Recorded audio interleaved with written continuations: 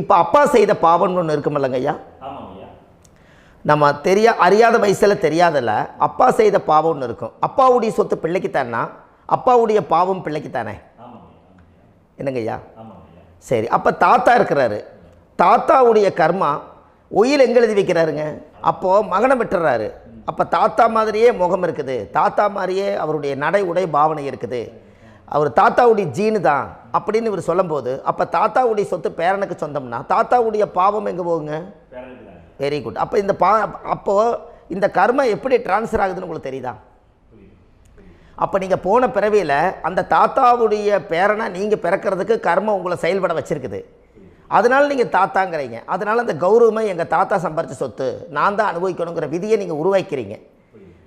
அப்போது இந்த ஜாதகத்தில் அந்த ஊழ்வினை தோஷந்தான் ஏதோ ஒரு வழியில் உங்களை கர்மாவை செயல்படுத்துது.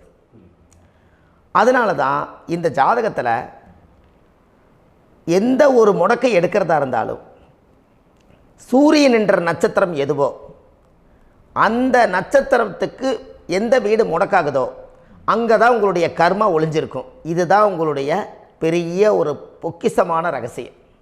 சரிங்க ஐயா. இப்போ இதில் வந்து நவகிரகங்கள் வந்து 9 இருக்கும்போது ஏன் சூரியனை மட்டும் நம்ம இதில் எடுத்துக்கணும்னு நீங்கள் சொல்கிறீங்க? நல்ல கேள்விங்க ஐயா. நீங்கள் கேட்டீங்க பார்த்தீங்களா, 9 நவகிரகம் இருக்கும்போது சூரியனை மட்டும், அந்த சூரியன் என்ற நட்சத்திரம் பிறக்கும்போது அந்த வீடு மட்டும் முடக்காகுன்னு நீங்கள் கேட்டீங்க இல்லையா?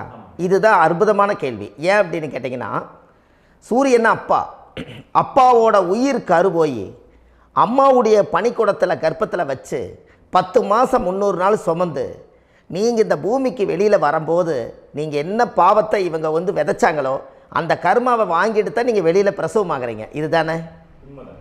அப்போ சூரியன் என்ற நட்சத்திரம், அந்த சூரியனுங்கிறது உயிர் கருவல்லவா? அப்பாவுடைய உயிரணுக்கள் வந்து அம்மாவுடைய கருவிக்குள்ளே போய் நாம் குழந்தை வடிவத்தில் இருந்து 300 நாள் பாவ உன்னித்த பதிவில் ஏட்டை எழுதி ஒரு ஜாதகத்தை கையில் கொடுத்து பிறந்த உடனே உங்களுக்கு ஒரு ஏட்டை பெரட்டி நீ இப்படித்தான் விதி, இனிமேல் இப்படித்தான் நீ வாழணும்னு சொல்லி உங்கள் கர்மாவை நீங்கள் கர்மாவோடு தானே வெளியில் பிறக்கிறீங்க.